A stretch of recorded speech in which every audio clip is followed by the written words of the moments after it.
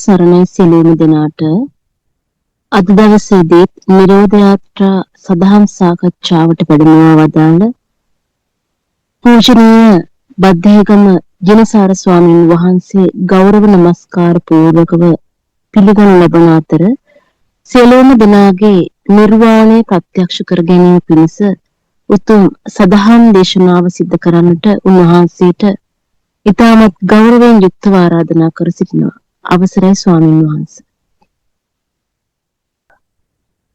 සියලුම දෙනාට තෙරුවන් සරණ ප්‍රාර්ථනා කරනවා. අද දවසේදී අපි සූදානම් වෙන්නේ බුදුන් වහන්සේ විසින් බොහෝමත්ම වීරියකින් යුක්තව සත්‍ය සොයා යන ගමනේදී ගිහිගෙයින් නික්මිලා සියල්ලන් පත් වෙලා ඉන්න දුකයයි අපි පිළිගන්න. මේ දුකට තියෙන විසඳුම මොකක්ද? මේ දුක කොතනද පවතින්නේ? මේ දුකේ නිමාව කුමක්ද කියන මෙන්න මේ සියලුම ගැටලු ටික තමා තුළින් දැක ගන්න බොහෝම වීරියෙන් යුක්තව තමන්ගේ ජීවිත කැපකිරීමකින් යුක්තව අවබෝධ කරගත්ත ඒ උතුම් චතුරාර්ය සත්‍ය ධර්මයේ මූලික කරගෙන අපේ අතුලාන්තයෙන් කොහොමද මේ බුදුන් වහන්සේගේ පණිවිඩය අපි තුළින්ම තමා තුළින්ම දැකගන්නේ කෙසේද කියන කාරණය පිළිබඳව තමයි අදත් අපි සාකච්ඡාවට භාජනය කරන්නට සූදානම් වෙන්නේ. එහෙමනම් අපේ බුදුන් වහන්සේගේ බුද්ධ ශාසනය තුල බුදු කෙනෙක් පහළ වෙලා දේශනා කරපු මේ උතුම් සද්ධර්මය සොයාගෙන යන්නට කාට හරි උමනාවක් තියෙනවා නම් ඒක කෙනකෙනාට සාපේක්ෂකව යම් යම් ක්‍රමවේදයන් තුලින් ජීවිත අත්දැකීම් තුලින් බුදුන් වහන්සේගේ දහම සොයන්නට පෙළඹෙනවා. සමහර කෙනෙකුට තමාගේ සියල්ලම තමාට අහිමි වුණ වෙලාවක තමාගේ ජීවිතයේ තිබුණ වටිනාම දේවල් නැති වුණ අවස්ථාවකදී ධර්මාවබෝධය කරන්නට අවශ්‍යයි කියන මෙන්න මේ කාරණය තමා තුළින් මතුවෙන්න පටන් ගන්නවා. මම කොහොම හරි මේ නිවන් මාර්ගය විවර කරගත යුතුයි. තව කෙනෙකුට මේ ජීවිතේ අප්‍රමාණ සැප සම්පත් වින්දනය කරලා ජීවිතේ තවත් සොයන්නට යමක් නොමැති බව යම් වෙලාවකදී තේරුණොත් මේක කොයිතරම් හෙව්වත් මේ ගිහි ජීවිතය තුළ ලෝකයේ ඇසුරු කරගෙන අපිට කවදාවත් මේකේ කෙලවරක් හොයන්න පුළුවන් කමක් නැහැ කියන මෙන්න මේ යම් කිසි නුවණක්. ඒකත් යම් කිසි නුවණක්. මෙන්න මේ තුලින් මම දැන්වත් නිවන් දකින්නට ආරම්භයක් ගත යුතුයි. මගේ මේ ජීවිතය අවසන් වෙන්න කලින් මෙන්න මෙහෙම තීරණයක් ගන්නත් පුළුවන්. තවත් සමහරෙකුට ඒව කිසිවක්ම නැතුව යථාර්ථය අවබෝධ කරගන්න මේ ලෝකේ තවත් කුමක් හෝ ගැටලුවක් තිබෙන බවට යම් කිසි දැනගැනීමකින් යුක්තව එයාටම හිතිලා මේ නිවන් මාර්ගය සොයාගත යුතුයි කියන මේ කාරණය උදෙසා කැප වෙලා කටයුතු කරන්නට යෙදෙනවා. එතකොට ගිහි පැවිදි කියන මෙන්න මේ කොටස් දෙකම නිර්වාණ අවබෝධයේ උදෙසා කටයුතු කරගෙන යනවා. ඒ වගේම තමයි පැවිද්දෙක් සහ ගිහි ජීවිතයක් අතර තියෙන වෙනස තමයි බුදුරජාණන් වහන්සේ උපමා කරනවා මොනරෙකුට සහ හංසයෙකුට. භික්ෂුන් වහන්සේ නමක් උපමා කරනවා මොනරෙකුට. ගිහි ජීවිතය ගත කරන පිරිස උපමා කරනවා හංසයෙකුට. මේ උපමාවෙන්ම තේරෙන්න ඕනේ ගංගාවක් තරණය කරලා කඳු පන්තියක් තරණය කරලා ඒ කන්ද මුදුනට නැග ගන්න හැකියාව තියෙන පහසුවෙන්ම මොනරෙකුට. දැන් මෙතෙන්දි කියන්නේ හංසයෙකුට බෑ කියන කතාවක්ද? එහෙම එකක් නෙවෙයි. මෙතන වෙලා තියෙන්නේ භික්ෂූන් වහන්සේ නමක් එහෙම නැත්නම් පැවිද්දෙක් කියලා කියන්නේ නිවන කියන ස්වභාවයෙන්ම ඉලක්ක කරගෙන ගෙවන ජීවිතයක්. ඒක වෙනත් හොයන්න වෙන කතන්දරයක් එතන නැහැ. ජීවත් වෙන්නේ කොහොමද? මිල මුදල් සොයන්න ඕනද? කන්නේ බොන්නේ කොහොමද? මේ ගැටලු පැවිද්දෙකුට අදාළ දේවල් නෙමෙයි. එහෙනම් ගිහි ජීවිතය ගත කරන පිරිසට මේකේ අනිත් පැත්ත. එයාට තියෙන මොනවද? හෙට දවසේ ජීවත් වෙන්නේ කොහොමද? ඒ වගේම තමන්ගේ ඥාති හිතයිෂීන් දෙමව්පියන් මරණයටපත් වෙනකොට දුකටපත් වෙනකොට ලෙඩ රෝග හැදෙනකොට නොයෙකුත් විවිධ ව්‍යසනයන්ට ලක් වෙනකොට ඒවට උපකාර කරන්නට සිද්ධ වෙනවා. ඒ වෙනුවෙන් කටයුතු කරන්නට මුදල් සොයන්නට සිද්ධ වෙනවා. කාලය කැප කරන්න සිද්ධ වෙනවා. හැබැයි ඒ අතරතුරදී මේ දහමට කැප වෙලා කටයුතු කරනවා කියන එක තමයි දුෂ්කරම කාරණය. එහෙනම් ගිහිද පැවිදිද කියන කාරණේ නෙමෙයි මෙතන මොනරෙකුටත් හංසයෙකුටත් උපමා කරන්නේ ඇත්තටම බැලුවොත්. තමන් කොතරම් වීරයක් මේ සඳහා ගන්නවද? මොකද ඔබට තිබෙන කාලය බොහෝම සීමිත බව මේ ව්‍යසනයන් ඔබ දකිනකොට ඔබට හිතෙන්න ඕනේ ඒ කාරණේ විතරයි. එහෙම නැතුව ආවල් මිනිස්සු පොළවට පස් වුණා පුදුම දුකක් ඇත්තේ. ඒ අයගේ අම්මා තාත්තා ළමයි හොයා ගන්නවත් නෑ තවම. මෙහෙම දේවල්ද හිතෙන්න ඕනේ ඔබට? නෑ, ඔබට හිතෙන්න ඕනේ මේ දේ මට වුණා නම් මේ බුද්ධ ශාසනයෙන් ඔබට මේ වෙනකොට අහිමි වෙලා ඉවරයි. ආපහු බණපදයක් අහගන්න ඔබට පුළුවන් කමක් ලැබෙන්නේ නැහැ. ඔබට ඒ වෙනුවෙන් කටයුතු කරන්න කාලයක් ලැබෙන්නේ නැහැ. එහෙමනම් අපි මුලින්ම අන්නේ දේ හිතට අරගෙන තමාගේ ජීවිතය තිබෙන්නේ ඔබට නිවන් දකින්න පමණයි කියන එක මුලින් හිතන්න. අනිත් හැම දෙයක්ම දෙවනුවට කළ යුතු දේවල්.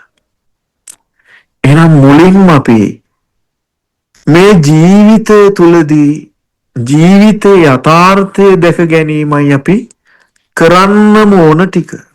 අපි කරන්නෙම නැත්තේ ඒ ටික විතරයි. එහෙනම් මෙන්න මේ සියලුම දේවල් අපේ ජීවිත අත්දැකීම් තුලින් අපි ලබාගෙන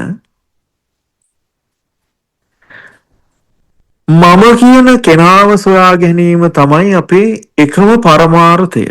අපි ඒක තමයි මේ දහම් සාකච්ඡාවන් සිද්ධ කරලා ධර්මයේ ශ්‍රවණය කරලා බොහෝ පින්කම් කරලා භාවනා ආදී සිද්ධ කරලා නොයෙකුත් දේවල් සිද්ධ කරන්නේ නිවන් දකින්න හිතාගෙන. හැබැයි නොයෙකුත් දේවල් සිද්ධ කරාට බුදුන් වහන්සේ නිවන් දකින්න කියපු ක්‍රමවේදය අපි ටිකක් බැලුවොතින් බුදුන් වහන්සේ උපමා කරන්නේ ඕඝයකට. මේ ඕඝයක් තරණය කරන ආකාරය. එහෙනම් මේ ඕඝය තරණය කරනකොට බුදුරජාණන් වහන්සේ මොකද්ද කියන්නේ? පිහිටාද නොසිට වෑයම්ද නොකර. පිහිටාද නොසිට. පිහිටාම සිටින්නේ නැහැ. වෑයම්ද නොකර. වෑයමක් අමුතුවෙන් අරගන්නෙත් නැහැ. එහෙනම් මේ මධ්‍යම ප්‍රතිපදාව ගැනයි තථාගතයන් වහන්සේ දේශනා කරන්නේ. එහෙනම් බුදුන් වහන්සේ දේශනා කරනවා මම පිහිටා සිටියෙත් නැහැ, වෑයම් කරෙත් නැහැ. මං ඕගය තරණය කරා. එහෙනම් මේ මොහොතේ ඇත්ත දකින්න එකයි අපි කරන්න ඕනේ.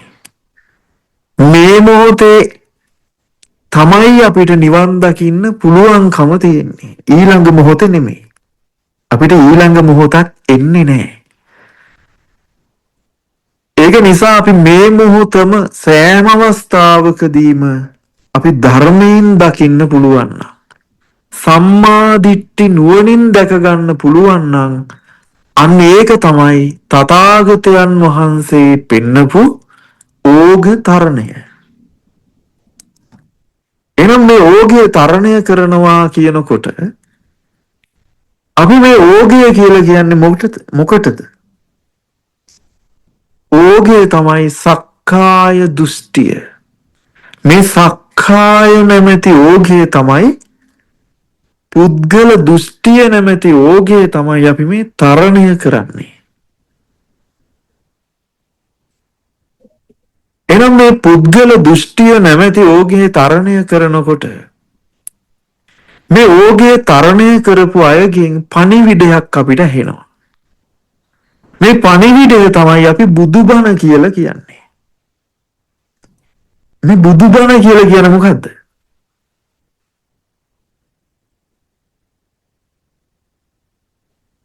මොකද්ද මේ බුදුබණ කියලා කියන්නේ? තමන්ගේ පෞල් ජීවිතය සාර්ථක කරගන්න විදිහවත්, කන්න බොන්න හොයාගන්න විදිහ කියන එකක්වත් එහෙම එකක් නෙමෙයි. මේ සංසාර ප්‍රවාහයෙන් නිදහස් වෙන්න තියෙන මාර්ගය විවර කරගන්න එක තමයි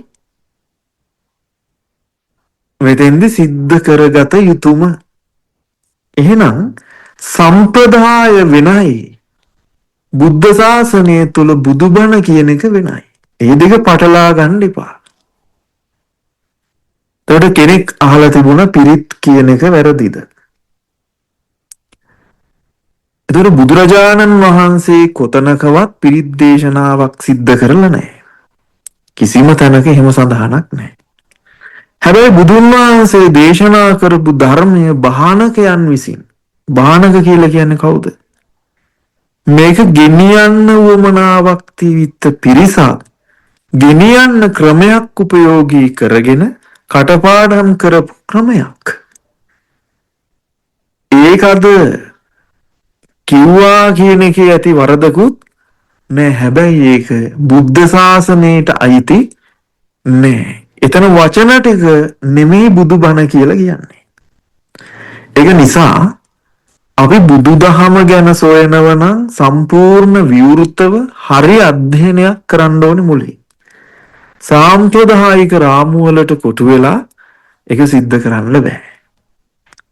එහෙනම් මේ කාරණාව තුලින් අපි මේ බුදුරජාණන් වහන්සේ හැම වෙලාවකදීම පෙන්වුවේ පුද්ගලයා කියන මෙන්න මේ දෘෂ්ටිය දුරු කරන ක්‍රමවේදය. දැන් අපිට නොයෙකුත් ප්‍රශ්න එනවනේ නේද? ජීවිතේට ප්‍රශ්න එනවා කියලා අපි කියන්නේ. මටමයි මේ විදිහට සිද්ධ වෙන්නේ. මටමයි මේ ප්‍රශ්න එන්නේ.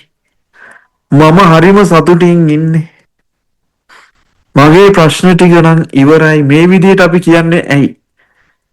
මේ හැම තැනකදීම භාජනය වෙච්ච කෙනා කවුද? මම නේද? අන්න බුදුරජාණන් වහන්සේ නිවන් දකින්න සිද්ධාර්ථ අවදියෙන් පස්සේ ගිහිගේ අතහැරලා ගිහිල්ලා හොයන්නේ මොකද්ද? මෙන්න මේ ගැටලුවට විසඳුම ස්ථීර විසඳුම මොකක්ද කියලා. දැන් බලන්න ඔබ සිද්ධාර්ථ කුමාරයා කුයිතරම් විවෘතයිද? දැන් උන්වහන්සේ පිරිත් කිය ගියාද? දැන් සිද්ධාර්ථ කුමාරයා මුලින්ම මොකද්ද කරේ? මේක හොයන්න කැප වුණ අය හොයාගෙන ගියා. දැන් අපි හිතන ක්‍රමවේදයේ අනුගමනය කරලා තියෙන්නේ. එහෙම එකක් නැහැ. ලොකුද පොඩිද කවුද මේක දන්නේ කියලා වයස් ભેදයක් බල ගියේ නැහැ. ගියේ කොහෙද?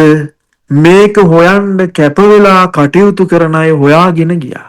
ඒ අය තමයි අපි ආලාර කාලා මුද්ද කරාම පුත්ත සංජය බෙල්ලට්ටි පුත්ත මක්කලී ගෝසාල නිගණ්ඨනාත පුත්ත ඔය වගේ නම් වලින් ශාස්ත්‍රූවරු කිහිප දෙනෙක් හඳුන්වනවා. මේ අය මුණ ගැහෙන්න ගිහිල්ලා මොකක්ද හුවේ? මේ කියන දුකින් මිදෙන්න ක්‍රමයක් නැද්ද? එතකොට ඒ අය මොකද්ද කිව්වේ? අපි මේ දුක කෙලවර කරලා ඉවරයි. මෙන්න මේ ප්‍රතිපදාව අනුගමනය කරන්න කියලා නොයෙකුත් භාවනා ක්‍රම යෝජනා කරා. ඒ අය පුහුණු කරපු ධ්‍යාන වඩන්න කියලා කිව්වා. මේ හැම ශාස්ත්‍රූවරයෙක් ළඟටම ගිහිල්ලා බැලුවා ධ්‍යාන සමාපත්තීන්ට සමවදින තත්වයටම. එහෙම නැත්තම් පළවන දෙවන තුන්වන හතරවන ධ්‍යානවලට සමවැදිලා බැලුවා. හැබැයි ඒ ධ්‍යානය ඉවර වෙනකොට ආපහු මොකද්ද වෙන්නේ? ආපහු අන්ත අසරණ පුද්ගලයෙක් බවට පත් වෙනවා. එහෙමනම් කෙටි කාලීන විසඳුම් නෙමෙයි. මේකේ යථාර්ථය මා විසින්ම සොයාගත යුතුයි කියන මෙන්න මේ තැන ඉඳගෙන සිද්ධාර්ථ කුමාරයා බොහොම නිදහස් තැනකට ගිහිල්ලා තමාගේම සිත දෙස බලන්න පටන් ගත්තා. මේක හැමෝම අහලා තියෙනවනේ. එහෙනම් මෙතෙන්ට පත් වෙන්න හේතුව තමයි මහලු වීම, ලෙඩවීම, මැරීම, මරණයට පත්වීම, තමන්ට ප්‍රිය අයගෙන් වෙන් වෙන්න සිද්ධ වීම, මේ හැම දෙයක්ම දැකලා මේකට හේතුව මොකක්ද කියලායි සොයාගෙන ගියේ. නම් අවංක විවෘතව ගවේෂණයක් ඔබ තුල තිබිය යුතුමයි. එහෙම නැත්නම් බුදුරජාණන් වහන්සේ බුද්ධත්වයට පත් වෙලා හිතයිද මම මේ අවබෝධ කරගත් එක කාට කියන්නද කියලා? ඔබ ටිකක් හිතලා බලන්නකො මේ ගැඹුරු කතාව මොකද්ද කියලා. ඒතර බුදුරජාණන් වහන්සේ බුද්ධත්වයට පත් වෙලා ඕන තරම් අය හිටියේ නැද්ද මේක කියන්න? රජවරු, සිටුවරු, තව ධ්‍යානලාභීන් හිටියේ නැද්ද? හිටියා. හැබැයි කල්පනා කරේ මොකද්ද? මේක කවුද පිළිගන්නේ? දැන් මේ මං කියන එක කවුරුනම් පිළිගනීද? ඇයි එහෙම කියන්න හේතුව? මේක කියන්න ලේසිත් නැහැ. මේක අවබෝධ කරගන්න කෙනාට මේ තැනට පත් වෙන එක ලේසි පහසු දෙයක්වත් නෙමෙයි. නම් අතලොස්සක් ප්‍රමාණයක් පමණයි මේක දරාගන්නේ. ඒකයි සිද්ධ වෙන්නේ. ඒක නිසා තමයි පඤ්ඤාවන්තස්ස අයං ධම්මෝ නායං ධම්මෝ දුප්පඤ්ඤස්ස. දුෂ්ප්‍රඥ මෝඩයෙකුට නෙමෙයි මං ධර්මයේ දේශනා කරන්නේ. මගේ ධර්මය ප්‍රඥාව තියෙන මේ සත්‍ය මේ මොහොතේ දැක ගන්න පුළුවන් පිරිසකට පමණයි කියලා තථාගතයන් වහන්සේ දේශනා කරනවා. එතකොට හිතන්න මේතා ගැඹුරු ධර්මතාවයක් අපිට ලෝකයේ තුලින් ලබා ගන්න පුළුවන් කමක් නැහැ. ඒක ලෝකෝත්තරයි කිව්වේ ඒකයි. එහෙනම් ලෝකයෙන් එතරට යන මාර්ගයක් තමයි තථාගතයන් වහන්සේ නමක් පහළ වීමෙන් අවබෝධ කරගෙන දේශනා කරන්නේ. එතකොට හොඳට කල්පනාවෙන් බලන්න මේ මම කියන කෙනා සොයා ගැනීම තමයි මේ බුද්ධ ශාසනය තුල දුෂ්කරම කර්තව්‍ය බවට පත් වෙන්නේ. මේ මම කියන කෙනා කොතනද ඉන්නේ? දැන් හැමෝම හිතන්නේ කොතන ඉන්නවා කියලාද? මේ ඉන්නේ කියලා පෙන්වන්නේ නැද්ද? මේ ඉන්නේ මම කියලා ඔබ ඕන වෙලාවකදී පෙන්වන්න ලෑස්ති. දැන් මේක අහගන්නද අපි මේ ධර්ම සාකච්ඡා ධර්ම දේශනාවලට සම්බන්ධ වෙන්නේ? ඒක කරගන්නද? එහෙම එකක් වෙන්න බෑ නේද? එහෙනම් පුබ්බේ අනුනුස්සතේසු ධම්මේසු බුදුන් වහන්සේ දේශනා කරේ පෙර නොඇසූ දහමක්. පෙර නොඇසූ දහමක්. ඒ පෙර නොඇසූ දහම අහනකොට තමයි ප්‍රඥාව අවදි වෙන්න පටන් ගන්නෙ.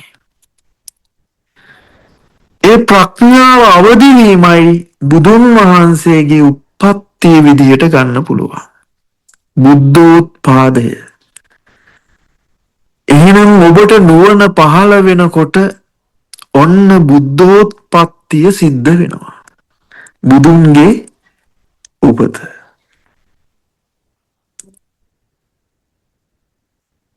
එතකොට බුද්ධත්වය පත්වීම කියලා කියන්නේ මොකද්ද?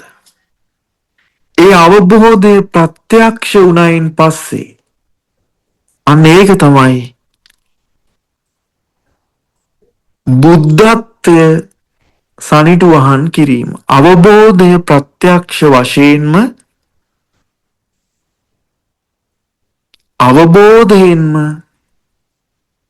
චතුරාර්ය සත්‍ය කියන දුක්ඛ සමුදය නිරෝධ ගාමිනී පටිපදා මෙන්න මේ කියන ඇත්ත මොකද්ද කියන පරම යථාර්ථයේ නිරෝධය සාක්ෂාත් කර ගැනීම බුද්ධත්වය. එහෙනම් පිරිනිවන් පානවා කියලා කියන්නේ මොකද්ද? එහෙමනම් පිරිනිවන් පානවා කියන්නේම මේ ප්‍රඥාවේ අවසානයේ පවා සිදුවීම. එහෙනම් මිනිස්සෙක් ඉපදුනා බුදු වුණා පිරිනිවන් පෑවා නෙමෙයි. එහෙම එකක් නෙමෙයි සිද්ධ වෙන්නේ.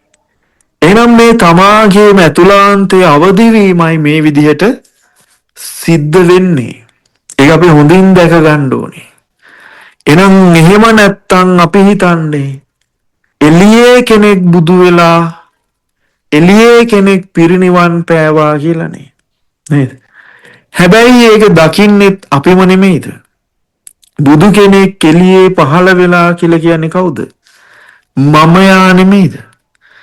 එහෙනම් මේ සක්කාය දෘෂ්ටිය තරම් භයානක දෙයක් තවත් නෑ. ඒකයි තථාගතයන් වහන්සේ කිව්වේ සක්විති රජ වෙනවටත් වැඩිය සෝතාපන්න ඵලයට පත්වීම උතුම්ම කාරණය බව. ඒක නිසා අපි බොහෝමත්ම කැපවීමෙන් මේ ඔබට ලැබුණ ජීවිතය තුල ඔබට ලැබුණ සිහිනය තුල මේ කියන නිවනට පත්විය යුතුමයි. ඒ අවංක උත්සාහය ඔබට තිබුණොත් ඔබ නියත වශයෙන්ම නිර්වාණය සාක්ෂාත් කරනවා. මොකද අවංක හිතක් ඔබට පහළ වෙන්න ඕනේ මම නිවෙනවාමයි කියන කාරණය ඇතුලේ. එහෙම අයට මොකද වෙන්නේ? එහෙම අයට කල්යාණ මිත්‍ර ආශ්‍රය ලැබෙන්න පටන් ගන්නවා.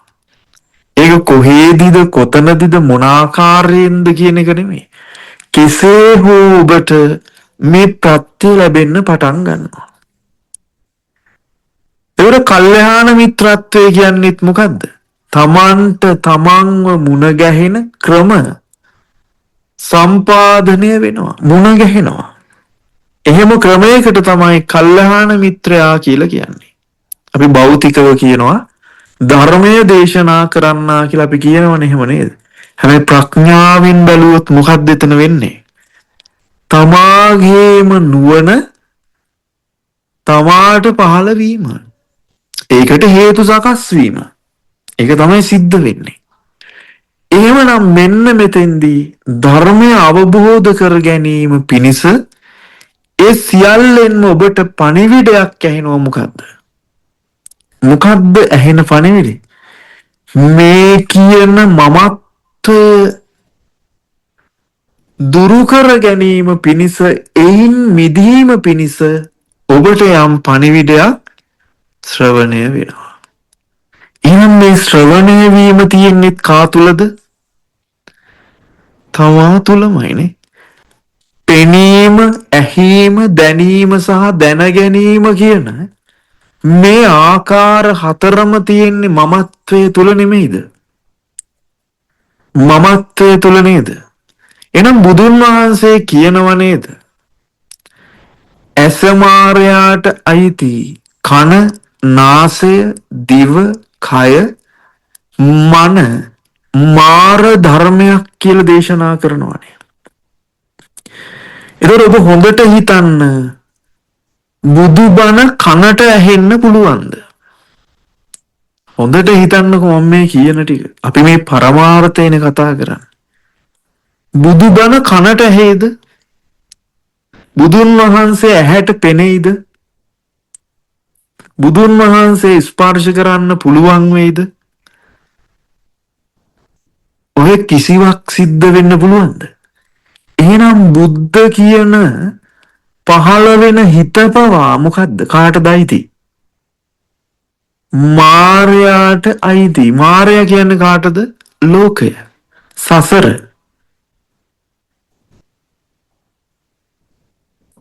එහෙමනම් ඔන්න ඔය ආකාරයෙන් බැලුවොතින් ඔබ හිතන්ද කණෙන් බණ අහලා නිවන් දකින්නවා කියන එක නෙමෙයි සිද්ධ වෙන්නේ. ඒක නිසායි බුදුන් වහන්සේ මොකද්ද කිව්වේ?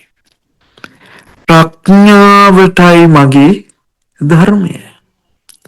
එහෙනම් කන ඉක්මවලා, දැන් ඔබට ඇහෙන්නේ කනටනේ නේද? අපි එහෙමමනේ හිතන්නේ.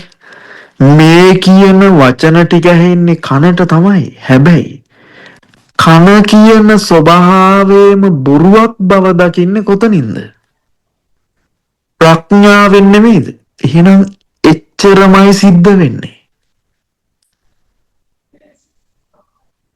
චිත්‍රපටියක් විදිහට දැක්කොත්, ඒක දැකගත්තොත්, දැන් හිතන්නකෝ ඔබ චිත්‍රපටියක ඉන්නවනම්, ඔබ ටීවී එක කියන එක ඇතුලේ ඔබ චිත්‍රපටියක රඟපානවා. මේ වෙන සිද්ධි ඔක්කොම චිත්‍රපටියකට උපමා කරලා බැලුවොතින් ඔබට කවුරු හරි චිත්‍රපටියේදී කියනවා නුඹ ඉන්නේ චිත්‍රපටියක් ඇතුලේ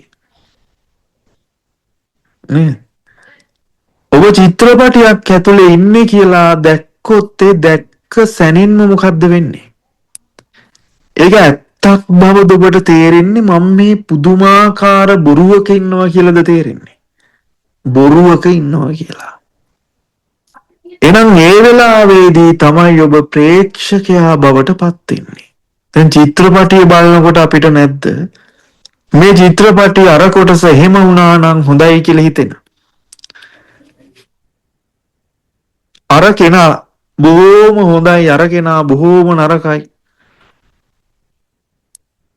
ඔය මිනිස්සයාට ඔහොමමයි වෙන්න තිබුණේ කියලා අපි කියන්නේ නැද්ද කතාවක් බලනකොට? චිත්‍රපටියක් බලනකොට එහෙම හිතෙන්නේ නැද්ද? හිතෙනවා.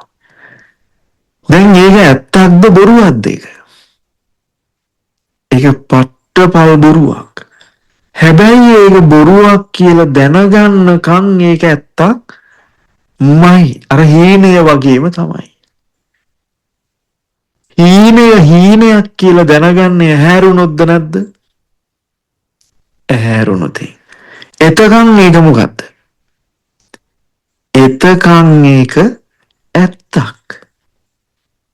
ඇහැරුණයින් පස්සේ තමයි කල්පනා කරන්නේ අනේ මම හීනයක්නේ දැකලා තියෙන්නේ. දැන් හීනේ මතක් කරන්න බැරිද නැගිටලා ඉවර වෙලා? පුළුවන්. ඒ වගේම එකක් තමයි මේ ධර්මයේ මුලාව දැක්කොතින් ඔබ අතීතය කියන හීනය කොච්චර මතක් කරත් ඔබට තේරෙන්න පටන් ගන්නව මොකද්ද?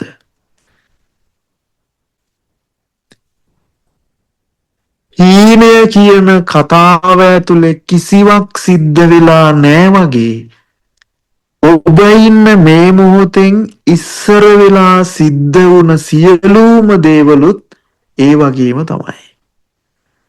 එහෙනම් ඔබ හිතන්නකො දැන් ඔබට අවුරුදු 50ක් නම් අවුරුදු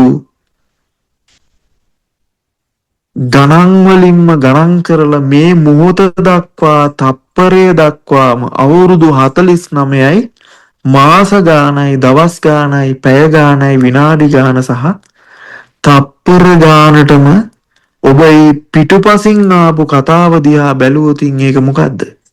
සිහිපත් කරනවා හැර වෙන කිසිවක් ඔබට කරන්න පුළුවන්ද?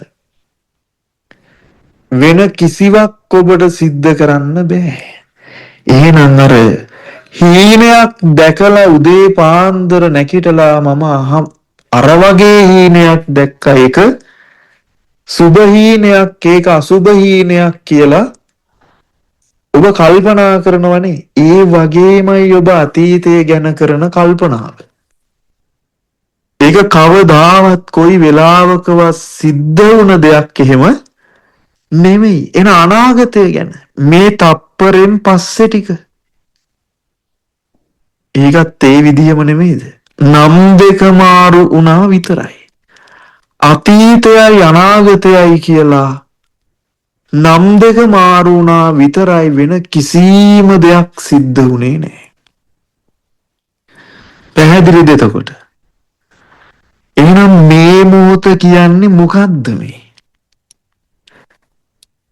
මෙච්චර බුදුරජාණන් වහන්සේ හැම වෙලාවකම නොයෙකුත් දහම් පරයයන්ගෙන් අපිට මේ පෙන්වන්න උත්සාහවන්ත උනේ මොකද්ද? නුඹලා ඉන්නේම නිවනේ කියන පණිවිඩය. නුඹලා නතර වෙලාමයි ඉන්නේ. නුඹලා හිතින් තමයි ඔය දුවන්නේ. සරලවම අපි ගත්තොතින් ඔබ හිතන්නේ විදිහට, අපි සරල උපමාවක් විදිහට ඒක අරගෙන බැලුවොතින් ඔබ නතර වෙලා ඉන්නකොට හිතින් තමයි ඔබ සියල්ලම සිද්ධ කරලා තියෙන්නේ. ඒ කියන්නේ මොකද්ද? ඔබේ උපතේ දක්වා ඔබ ලෙඩවීම, රෝගී බවට පත් වෙලා ව්‍යසන වලට භාජනය වෙලා ඔබ ළමයි හදලා විවාහ වෙලා රැකියාවල් සිද්ධ කරලා මේ සියල්ලම සිද්ධ වුණ බවට මේ වෙලාවේ ඔබට මොකද්ද වෙන්නේ? සිහිපත් වෙනවා විතරයි. එහෙමනම් ඔබ හොඳට හිතන්න, සිහිපත් වීම පමණයි දැන් සිද්ධ වෙන්නෙම කියලා.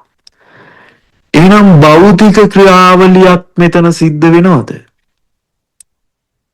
හොඳින් කල්පනා කරන්න. ඔබ එක තැනක වාඩි වෙලා ඉන්නවා. ඔබ සිතින් තමයි මේ සියල්ලම සිද්ධ කරන්නේ කියන එක ඔබ ටිකක් මවල බලාගන්න. ඔබ තුලින් දැන් හිතන්නකෝ ඒ විදිහට. එතකොට ඔබ මෙච්චර කාලයක් සිද්ධ කරපු සියල්ලම මොකද්ද? මනසේ ක්‍රියාකාරීත්වය. මානසිකාර්යය කියන්නේ ඕකට. එහෙනම් බුදුන් වහන්සේ හරියටම කිව්වද නැද්ද ඒක? මනසේ ක්‍රියාකාරීත්වය මොකද්ද? මානසිකාර්යය. එහෙනම් සිතුවිලි කියන්නේ ඕකට නෙමෙයිද? සිත කියන්නේ ඕකට නෙමෙයිද? සිත සිතුවිලි කියලා දෙකක් අපිට පෙන්වන්න කොතනද තියෙන්නේ? නම් දෙකක් විතරක් නෙමෙයිද ඒක? එහෙනම් සංඥාව නැමැති මිරිඟුව තුලින් අපි ජලය කොටස් දෙකකට බෙදලා. එහෙන් බෙදන්න පුළුවන්ද? බෙදන්න බෑ. එහෙනම් සංඥාවකින් දැනගත්ත සිත කියන වචනේ, සිතුවිලි කියන වචනය දෙකම මොකද්ද? අර්ථ ශූන්‍යයි. මොකද මිරිඟුවේ වතුර තිබිලාම නැහැ. මිරිඟුවෙන්ම ශුන්‍යතයි. එතකොට වචන පද කියන කතන්දරේ මෙතනින් ඉවරද නැද්ද? ඉවරයි. එහෙනම් අපි මේක දැනගෙන නුවණින් මේ ලෝකේ දිහා බලනකොට පුදුමාකාර නිවීමක් ඇති වෙන්නේ නැද්ද? අපි කුමකට දුක් වෙන්නද, කනස්සල්ලටපත් වෙන්නද, වෛර කරන්නද කියන කතන්දරේට මෙතෙන්දී අවසානය බවටපත් වෙන්නේ නැද්ද?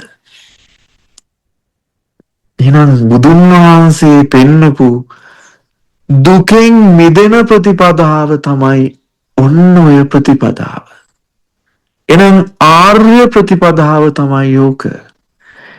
මානසිකාර සම්භවයෙන් සබ්බේ ධම්මා, මානසිකාර සම්භවෝ සබ්බේ ධම්මා, පස්සමූලිකා සබ්බේ ධම්මා. ඔන්න බුදුන් වහන්සේ දේශනා කරන ওই විදියට මානසිකාර සම්භවෝ සබ්බේ ධම්මා. ඔබට මේ වෙලාවේ මනසේ ක්‍රියාකාරීත්වයෙන් තොරව වටපිට බලන්න පුළුවන්ද? මේ බණ අහන්න පුළුවන්ද? බත් කටක් කන්න පුළුවන්ද? වතුර ටිකක් බොන්න පුළුවන්ද?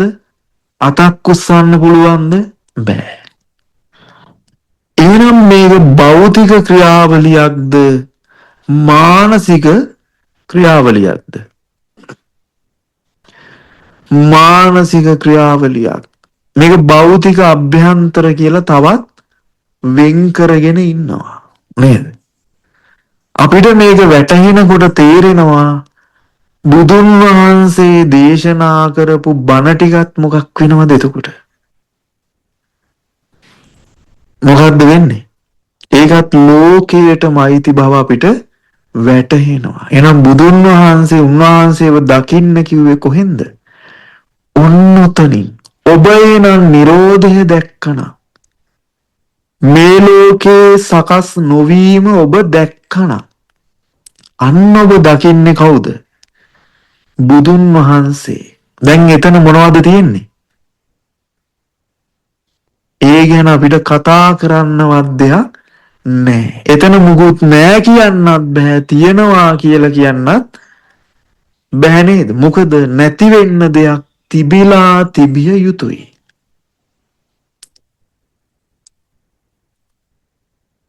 නැති වෙන්න නම් දෙයක් තිබෙන්න එපයි නේද? හැබැයි බුදුන් වහන්සේගේ දහම තුල මොකද්ද පෙන්වන්නේ?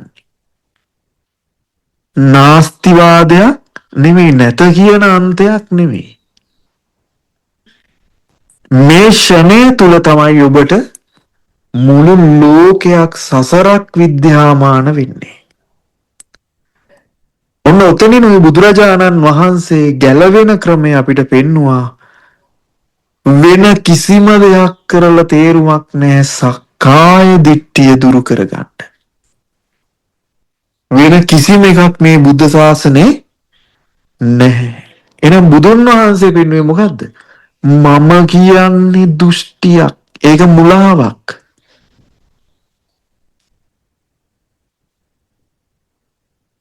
ඒ මුලාව දුරු කරන්නේ නැතුව මොනවා වෙනස් කරත් වැඩක් නැහැ. ඇයි? දැන් කෙනෙක් හිතෙන්න පුළුවන් මම නිවන් දකින්න අවුරුද්දක් එක දිගට භාවනා කරනවා. දැන් ධානයත් වැඩේ ඔක්කොම ටික සිද්ධ වෙයි. හැබැයි මම කියන දෘෂ්ටිය දුරු වුනේ නැත්තම් මොකද්ද වෙන්නේ? දැන් ඒක භාවනා කරලා කරන්න පුළුවන් දෙයක්ද? එහෙම එකක් නෙමෙයි. එහෙම කරන්න පුළුවන් එකක් නෙමෙයි. භාවනාව කියන්නේ මොකද්ද? සතර සතිපට්ඨානය. සතර සතිපට්ඨානය තමයි භාවනාව. එහෙනම් මේ බණ අහලා ප්‍රත්‍යක්ෂ වුණ කෙනාටයි බුදුන් වහන්සේ මොකද්ද පනවන්නේ? ඔය කියන භාවනා සියල්ලම හරියටම දන්න කෙනා තමයි සෝතාපන්න ආර්ය ශ්‍රාවකයාගෙන් ඉහළ. එහෙනම් ශ්‍රුතවත් සෝවාන් කියන ස්වභාවයටපත් නොවි කුමන භාවනාවක් කරත් ඒක ලෝකෝත්තර මාර්ගයක් බවට පත් වෙන්නේ නැහැ. ඒක ලෞකික මාර්ගයක් බවට පත් වෙනවා. එහෙනම් ධ්‍යාන කිරීම කියලා කියන්නේ බුද්ධ ශාසනයේ එකක් නෙවෙයි. එහෙනම් මේ ධර්මය අහලා අවබෝධ කරගත්ත කෙනාට ඇවිදින එකත් භාවනාවක්, කන බොන එකත් භාවනාවක්, සියලුම ආකාරයන් සියල්ලම භාවනාව. මොකද්ද භාවනාව එතකොට? සියලු භවයන් නසා දැමීමමයි භාවනාව. එහෙනම් මේ භවය නැසීම කියන කාරණය දන්නේ කවුද? ශ්‍රුතවත් ආර්ය ශ්‍රාවකයාමයි. එහෙනම් මේ ශ්‍රුතවත් ඥානය පහළ වෙනකන් ඒ කෙනා ඉන්නේ කොතනද? ලෝකය තුල, ලෝකය අල්ලගෙන. එතකොට මෙතනින් අපි බලන්න ඕනේ කාරණය තමයි මේ මම කියන තැනටයි අපි මුලින්ම යොමු වෙන්න ඕනේ. මේ මම කවුද? මම කියලා කියන්නේ මේ මොහොතේ ඔබ ලබන අත්දැකීම. මේ මොහොතේ පේනවා කියන කතන්දරේම මම. පේන එකයි මමයි වෙන් කරන්න ඔබට බෑ. පේනවා කියන කොටම කවුද එතන ඉන්නේ? මම එතන විද්‍යාමානයි. එහෙනම් බුදුන් වහන්සේ මොකද්ද කිව්වේ?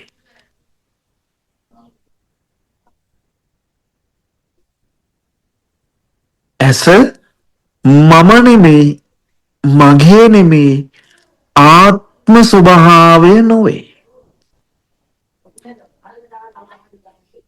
එහෙනම් මේ පේන එක මම නෙමෙයි කියලා මේ බුදුරජාණන් වහන්සේ කියන්නේ. එහෙනම් පේන එක ඇතුලේ යමක් තිබිලා ඒක මගේ වෙන්න පුළුවන්ද? ඒත් බෑ. එහෙනම් ඒ ක්‍රියාවලියම මම වෙන්නත් බෑ. නේද? පේනවා කියන එකම මම වෙන්න බෑ. ඒක තමයි ආත්ම, මගේ ආත්මය ආත්ම ස්වභාවයක් නොවේ. එහෙනම් මෙච්චරයි බුදුරජාණන් වහන්සේගේ දහම. එහෙනම් දැන් මොනවා වුණත් ඒ කෙනාට දුකටපත් වෙන්න හේතුව තියෙනවද? දැන් හේතුව කියන්නේ මොකද්ද මේ? හේතු ප්‍රත්‍ය වෙනවා කියලා කියන්නේ මොකද්ද? හේතුව තමයි මමත්වය. මම කියන දෘෂ්ටිය ගැලවිලා ගිහිල්ලා නම් මොකද්ද වෙන්නේ? මම කියන දෘෂ්ටිය ගැලවුණා නම් හේතුව එතන නැහැ. නේද? පෙනීමෙන් දුක ගේන්න බෑ. ඇහිීමෙන් දුක ගේන්න බෑ. එන ඔබ අහලා තියෙනවානේ බන්දුල මල්ලිකාව නේද? නේ? තමන්ගේ ස්වාමියා ඇතුළු බොහෝමයක් පුත්‍රයන් ඝාතනය වුණ අවස්ථාවකදී යුද්ධයකට ගිහිල්ලා ඒ ආරංචි ආපු වෙලාවේදීත් මහා සංඝයාට දානය පූජා කරන එක නැවැත්තුවේ නැහැ. ඒ පණිවිඩය ආපු කොළ කෑල්ල ඉනේ ගහගෙන දානය බෙදුවා. ඒකට හේතුව මොකක්ද? මම කියන දෘෂ්ටිය දුරු වෙලා ඉවරයි. දුක දැනෙන්නේ නැතුවද? දුක දැනෙන්න පුළුවන්. හැබැයි ඒක පවත්වනවා කියන එක සිද්ධ වෙන්නේ නැත. දෘෂ්ටියක් වශයෙන් දුරු කළ ඉවරයි. හැබැයි කාමරාග පටික දුරු වෙලා නැත්තම් මොකද්ද වෙන්නේ? ඒක න අඬන්නත් බැරිද? අඬන්නත් පුළුවන්. ඒ කෙනාට තවත් ආසාවක් නැතුවද? නෑ. තියෙනවා. නැත්තම් එහෙම වෙන්න බෑ නේද? කාමරාග පටික. එහෙනම් මෙන්න මේ කාරණාව තුල මේ මම කියන එකමයි ගැටලුව. මම කියන ස්වභාවයමයි ගැටලුව. ඔක නිසාම ඔබ අහලත් ඇති සමහරක් විට කොසල් රජතුමා සහ කෝසල මල්ලිකාව මේ කෝසල මල්ලිකාවකින් අහනවා ඔබට මේ ලෝකේ තමන්ට වඩා වටින යමක් තියනවද? ප්‍රිය ස්වභාවයක් තියනවද? එතෙන්දි මොකද්ද කියන්නේ කෝසල මල්ලිකාව? එහෙනම් මේ මල්ලිකාව කියන අය වෙලාවේ මට වඩා ප්‍රිය දෙයක් මට තවත් නැහැ. ඒක මහානවා කොසල් රජතුමාගේ. ඔව් කියන්නේත් මොකද්ද? මල්ලිකාවනි මට වඩා ප්‍රිය දෙයක් මට තවත් නැහැ. මේ ලෝකේ වටිනාම කෙනා කවුද එතකොට? මම. තමන්ව ආරක්ෂා කරන්න නෙවෙයිද හැම වෙලාවෙදීම සැදී පැහැදී ඉන්නේ. තමන්ට තමන් තරම් ප්‍රිය කෙනෙක් තවත් ඉන්නවද? කෙනෙක් නැහැ. එහෙනම් ඔබ හොඳට කල්පනා කරන්න. මේ මම කියන ස්වභාවයමයි මෙතන තියෙන සංසාරය කෙලෙස් සාරයි කියලා ගත්ත එකම තමයි මොකද්ද? සංසාර කියලා කියන්නේ. එහෙනම් මේ මමත්වයේ කියන්නේ මොකද්ද? කෙලෙස් ගොඩකටයි මේ මම කියලා අපි අර්ථකථනය කරන්නේ. එහෙමනම් මේ මමත්වය දුරු කර ගැනීම පිණිස තමයි අපි ධර්ම සාකච්ඡා ධර්ම දේශනා ශ්‍රවණය කරලා ඒ වගේම නොයෙකුත් ආකාරයේ පින්දහම් කරලා කරන්න පුළුවන් හැම දෙයක්ම සිද්ධ කරන්නේ මෙන්න මේ සාංශාරික ක්‍රමවේදයෙන් ඉක්මවා යන්න. එතකොට සක්කාය දෘෂ්ටිය කියන්නේම මොකක් වෙන්න ඕනේද? මමයි කියන තද බල හැඟීම තමයි සක්කාය කියලා කියන්නේ. එහෙනම් ඒක දෘෂ්ටියක් විදියට දැක්කොත් එතෙන් පටන් යමක් කරලා නිවන් දකින්නවා කියන කතන්දරේ ඉවර වෙනවා. එහෙනම් අවසාන වශයෙන් මම පොඩි උපමාවකින් තවත් විදියකින් පැහැදිලි කරන්නම්. අපිට හිතෙන්නේ එළියේ තියෙන රූපයක් අපි දකින්නවා කියලානේ. දැන් බොහෝ දෙනෙක් පුද්ගලිකව අහපු ගැටලු කිහිපයක්. ඒක කෙනෙකුට හිතෙන්නේ මොකද්ද? එළියේ තමයි රූපේ තියෙන්නේ, ඇහැ තියෙන්නේ ඇතුලේ කියලානේ. මම ඔබට ඒකට පොඩි උපමාවක් දෙන්න. ඔබ හිතන්න මෙහෙම. ඔබේ ඇහි කාචේ තියෙනවනේ. මේක උපමාවක්. එහෙම නැතුව ඇහැ කියන්නේ භෞතිකයක් කියන එක නෙමෙයි. ඔබට පැහැදිලි වෙයි. ඔබේම මානසික ස්වභාවය තමයි මේ ඇහැ කියලා කියන්නේ කියලා. මේ ඇහැ ඔබ උපමා කරගන්න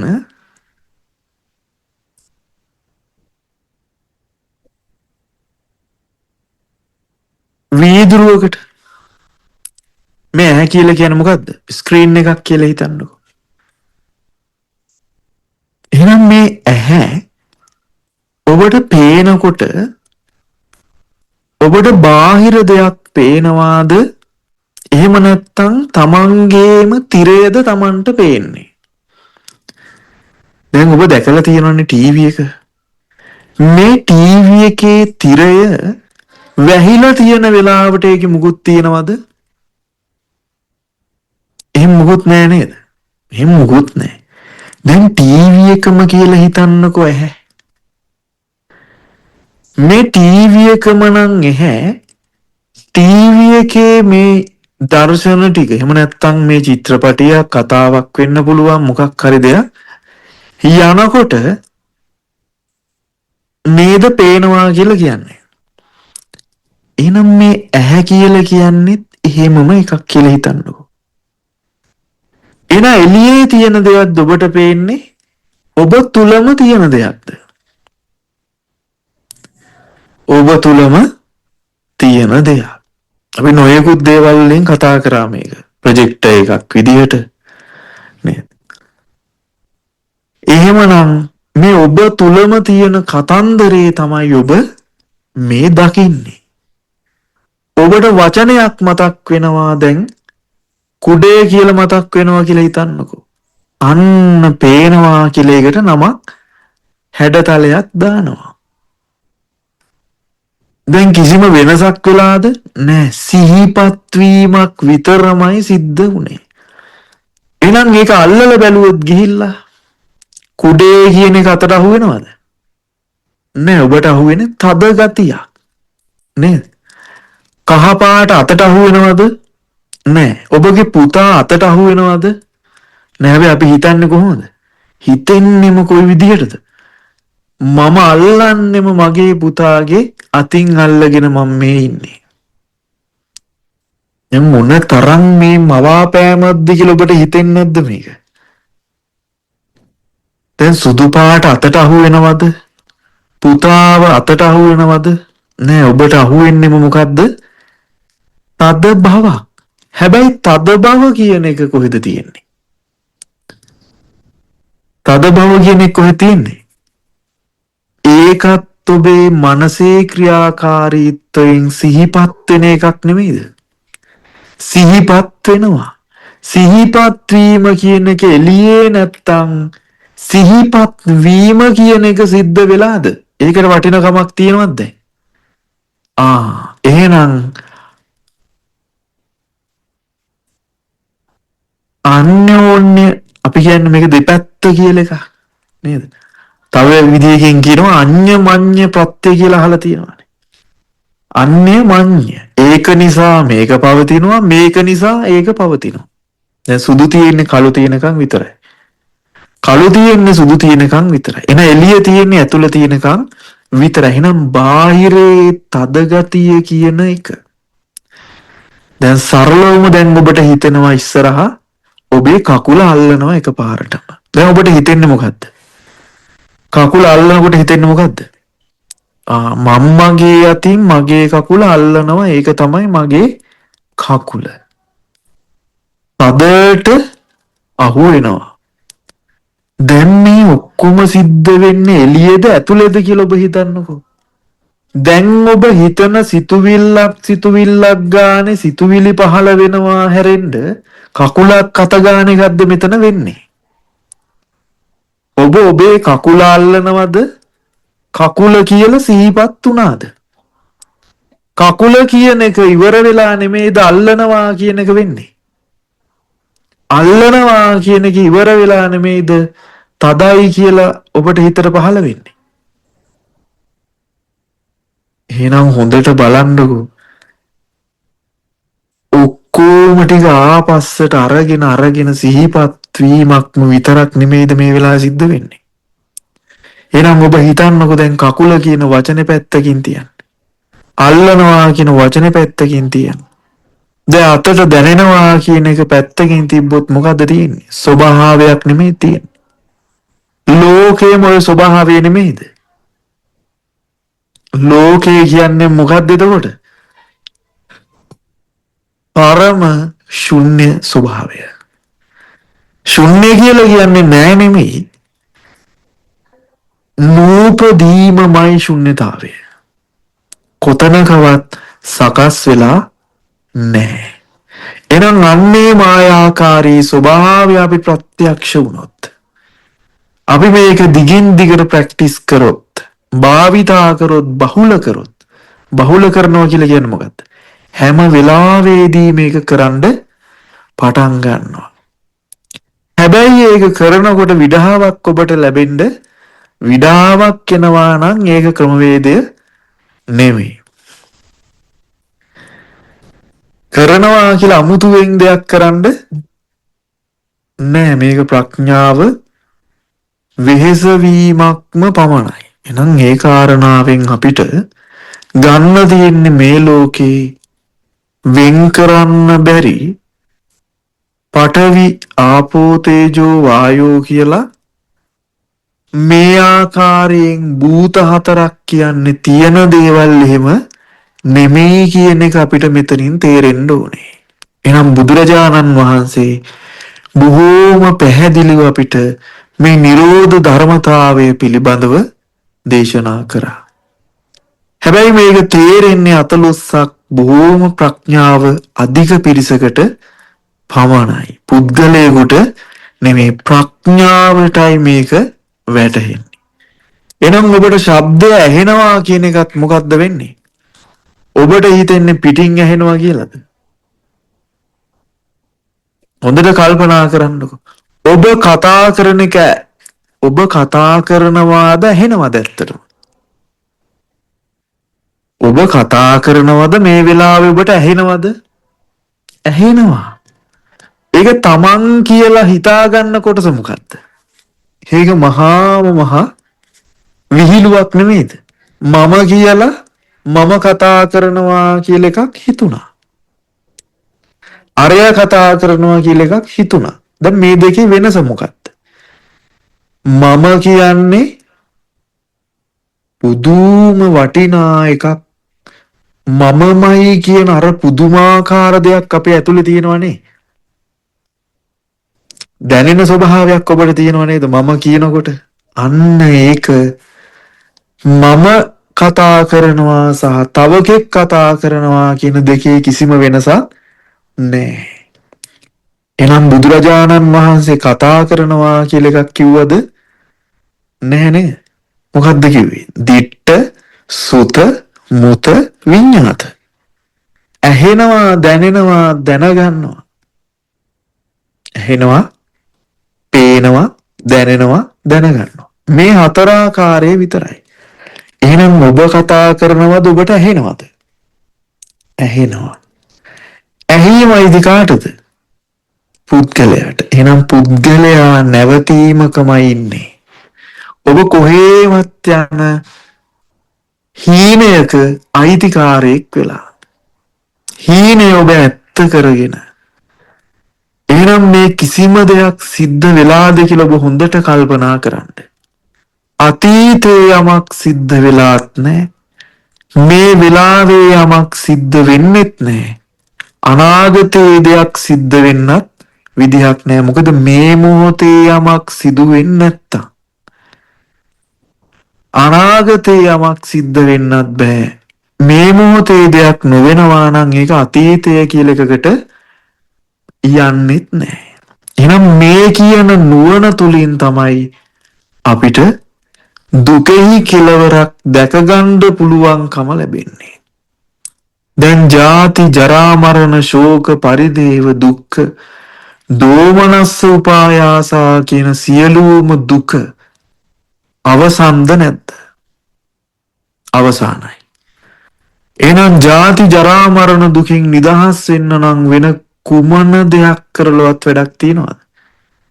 නෑ. එහෙනම් මේ මොහොතේ ඉපදීමක්, මැරීමක්, දිරීමක්, ලෙඩවීමක් සිද්ධ වෙන්නේ කාටද? පුද්ගල දෘෂ්ටියකට. එහෙනම් දෘෂ්ටිය විදියට දැනගෙන මේක ඇත්ත දැනගෙන නිවීමට පත්වන යථා ස්වභාවයටම පත්වීමයි අපි කරන්නේ. එහෙනම් අපි මුලට යනවා කියලා එකක් අහලා තියෙනව නේද? ආපස්සට යනවා. එහෙනම් පටිසෝතගාමී න්‍යායයි තථාගතයන් වහන්සේ අවබෝධ කරේ. උන්වහන්සේ හීනෙන් එළියට ආවද නැද්ද? හීනෙන් එළියට ආවා. අවදි වීමට පත් වුණා. යලි සිහින නොදකින තැනට පත් වුණා. එන හීනය ඇතුලෙන් අපි පණිවිඩේ ඇහුවට හීනයක් කියලත් ප්‍රත්‍යක්ෂ වුණාට හීනේ පේන එක නතර වෙන්නේ කොයි වෙලාවෙදිද? පරිපූර්ණ අවදි වීමේදී පමණයි. ඒකයි තථාගතයන් වහන්සේ පෙන්නපු උතුම් අරිහත්ත්වය එහෙම නැත්නම් පරිනිර්වාණය කියන ස්වභාවය දක්වාම මේ බුද්ධ ශාසනයේ අපි කළ යුතු එකම දේ කළ යුත්තේ මොකද්ද? කළ යුත්තේ තමයි සතර සතිපට්ඨානය තුල හික්මීම. එහෙනම් මෙන්න මේ කාරණාවන් තමයි අපිට අද දවසේ සාකච්ඡා කරගන්නට උවමනාව තිබුණේ. හොඳයි එහෙමනම් අද දවසේදී සාකච්ඡා කරගන්නට යෙදුන දහම් කරුණු තුලින් තමාව දැක ගන්නට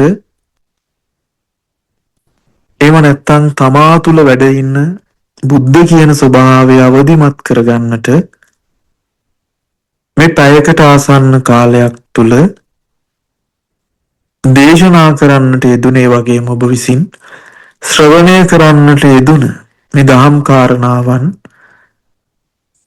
මේ බුද්ධ ශාසනය තුලදීම උතුම් නිර්වාණය සාක්ෂාත් කරගන්න උපකාරක ධර්මයක් උපනිශ්‍ය ධර්මතාවයක් බවටම පත් වෙන්න කියලා සිළුම දිනාට ප්‍රාර්ථනා කරනවා.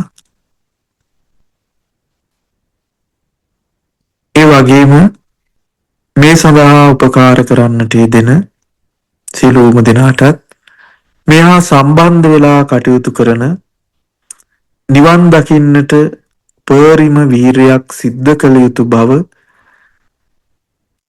තමාගේ සිතේ තබාගෙන කටයුතු කරන උවමනාවකින් කටයුතු කරන සියලුම දෙනාට කායික මානසික නිදුක් නිරෝගී සුවපත් භාවයෙන් යුක්තව නිර්වාණය සාක්ෂාත් කරගන්නට මේ උතුම් කුසලයේ හේතු වෙත්වා මේ බුද්ධ ශාසනය තුලදී මුතුම් නිර්වාණය සාක්ෂාත් වීම පිණිස මේ හේතුවක් බවටම පත් වෙත්වා කියලා නැවතත් ප්‍රාර්ථනා කරනවා.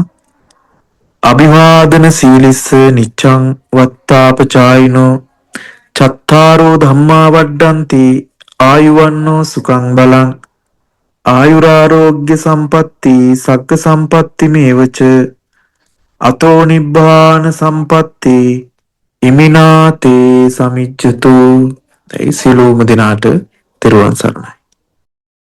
අද දවසේදී සියලුම දෙනාට නිරෝධය ප්‍රත්‍යක්ෂව දැන ගැනීමට දැක ගැනීම වෙනුවෙන් උතුම් සදහම් දේශනාව සිදු කරන්නට යෙදුණු දේශකයන්න් වහන්සේටත් ඒ වගේම සද්ධර්ම ශ්‍රවණය කරපු ඔබ සියලු දෙනාටත් උතුම් නිර්වාණයම ප්‍රත්‍යක්ෂ වේවා.